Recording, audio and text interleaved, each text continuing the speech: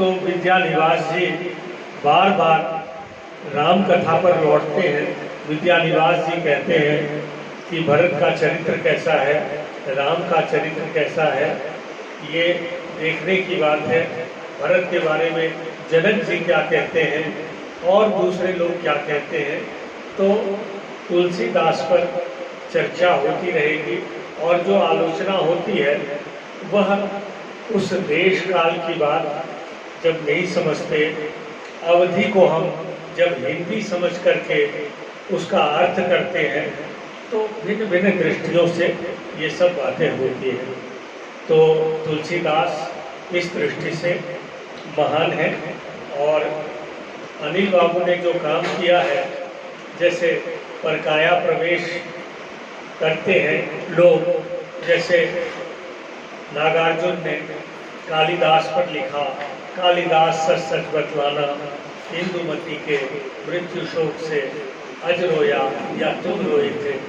तो कालिदास ने जैसे परकाया प्रवेश करके बातें लिखी, तो नागार्जुन ने उसी को, नागार्जुन कालिदास के रूप में कालिदास को समझते हैं।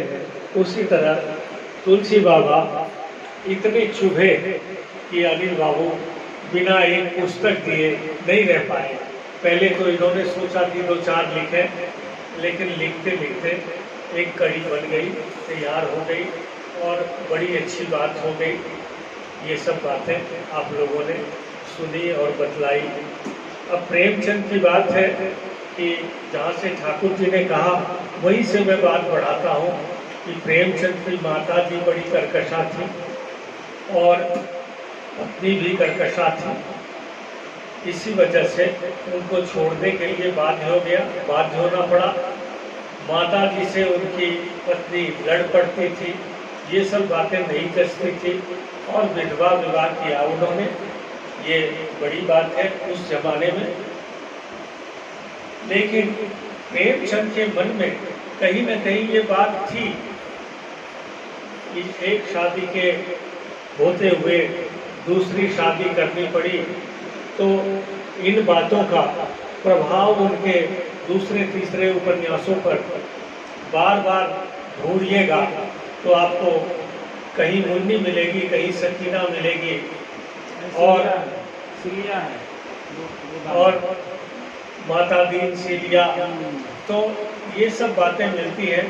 फिर रामविलास जी ने कटु आलोचना उनकी कर दी कि ये प्रसंग यहाँ पर क्यों आपने फिट कर दिया, ये यहाँ का था प्रसंग, उसको यहाँ आपने पेस्ट क्यों कर दिया। ये सब बातें होती। अब हम लोग कहानी का प्लॉट पढ़ते थे तो मनमोहन बाबू ने देखा कि शंकर मोहन जी पढ़ रहे हैं बूढ़ी काकी, तो उन्होंने कहा दूर धरो ने किताब, बातचीत करो ने। तो उन्होंने कहा कि बूढ़ी काकी पढ़ी लो सोचे हो तो की पढ़ पढ़ लिए तो बड़ा बढ़िया लगी रहो छो। क्योंकि तुलना करो जरा, कहानी का प्लॉट में तो बहुत मुहावरा छे और एकरा में भी बहुत मुहावरा छे, तो की फर्क छे हमरा सोची करिए। के लिए अपने बताओ तने तो कल बतायो, सोची के बतायो। तो वो एक किताबी भाषा होती है और एक पारिवारिक भाषा होती है, इसके लिए संकेत कर रहे थे।